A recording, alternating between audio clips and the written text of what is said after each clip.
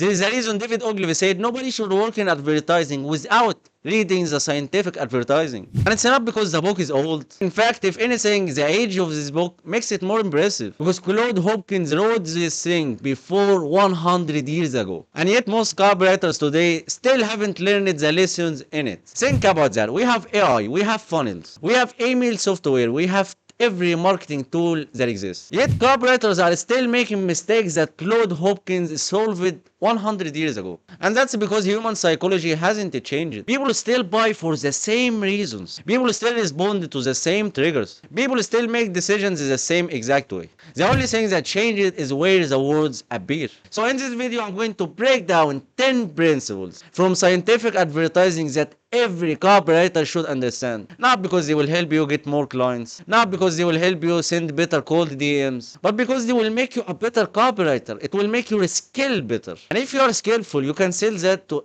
anyone. So who was Claude Hopkins? Before we talk about the principles, you need to understand who Claude Hopkins was. Because most people hear names like Hermon Tate, Alex Catoni, and other modern marketers. But the people those marketers learned from people like Claude Hopkins. Hopkins wasn't famous because he talked about copywriting. He was famous because he sold the product that generated millions of dollars, which is a massive difference. He helped companies generate millions of dollars in revenue during a time where marketers couldn't track everything with software. There was no Facebook ad manager, there is no Google ads, no fancy dashboard, but just the skill and the result.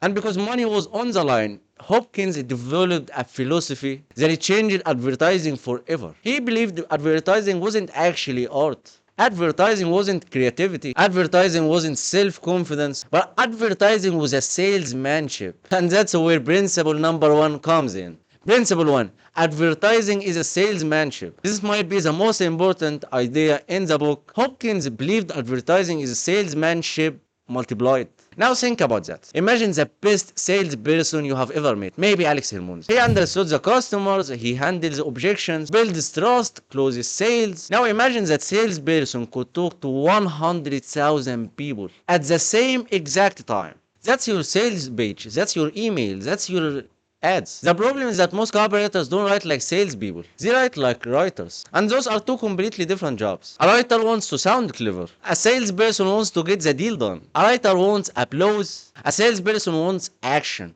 Every time you sit down to write a copy, ask yourself, would a great salesperson actually say this? Because if the answer is no, it probably shouldn't be in your copy. Principle 2. Test everything. And by the way, if you still haven't watched the past 2 books breakdown on my YouTube channel, you can watch it right now. It was about advertising and the AdWeek handbook. The best 2 books ever with that book. If you really want to become a copywriter, like a skillful one, you have to watch them. So let's talk about principle 2, which is test everything. One thing that you will notice very quickly when you read the scientific advertising is that Claude Hopkins had absolutely no patience for opinions, and honestly, neither should you. Because one of the fastest ways to stay mediocre as a copywriter is to fall in love with your own ideas. You write a headline, you think it's brilliant. You maybe show it to your friends or your copywriters' friends. They also think it's brilliant, but the market completely ignores it. Why? Because the market doesn't care about what you think. The market only cares about what works. Hopkins understood this over a century ago. He wasn't interested in being right. He wasn't interested in making money quickly. Most copywriters today argue over headlines. Most marketers debate offers. But Hopkins would have tested them all.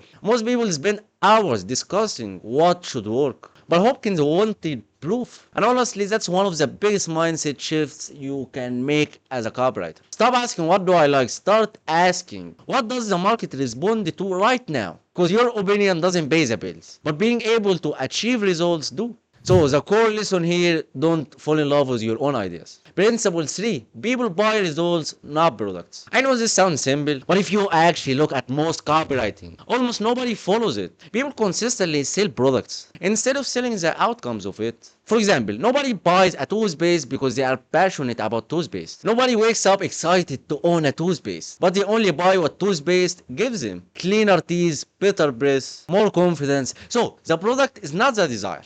but the result of that product is. And this applies to every market on earth. Nobody buys a trading course, but they buy the possibility of financial freedom. Also, nobody buys coaching, but they buy the transformation. The moment you understand this, your copy changes forever, mate. Because you stop describing things and start describing futures. And people care far more about their future about what they care about the product itself. Principle 4, and I think this is one of the most important ones, which is give people a reason why. One of Hopkins' most powerful discoveries was what later became known as reason why advertising. Basically, never make a claim without giving a reason. Let me give you an example so you can understand this. Which sounds stronger? This supplement help people get better results or sleep better. Or this supplements help people sleep better because it has ingredients that support natural melanin production. Notice what happened. The second claim instantly feel more believable, even if the reader doesn't fully understand the science. No, the reason creates credibility. And this principle works absolutely everywhere. Why is the discount happening? Why is the opportunity still available? Why does the product work? Why should they believe you? No, the human brain naturally asks questions, and if you wanna sound persuasive, you have to figure out those questions and answer them. Great copy answers them before they are even spoken. Principle 5, specificity creates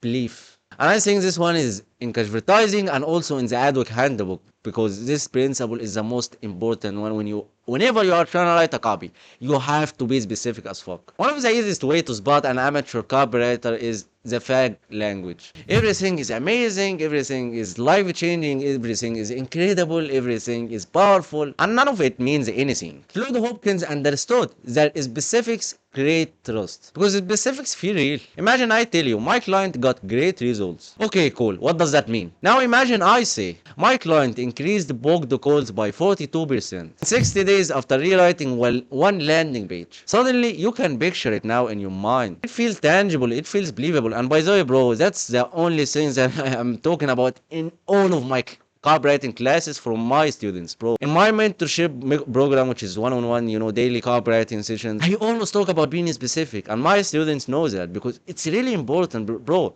The ChatGPT slop and the AI slop, it looks shitty. Like as I told you, it all looks like this one is amazing, it's incredible, it's life-changing, but it's not specific. So if you're not specific, I would just imagine that you are AI. I would just say this one is AI.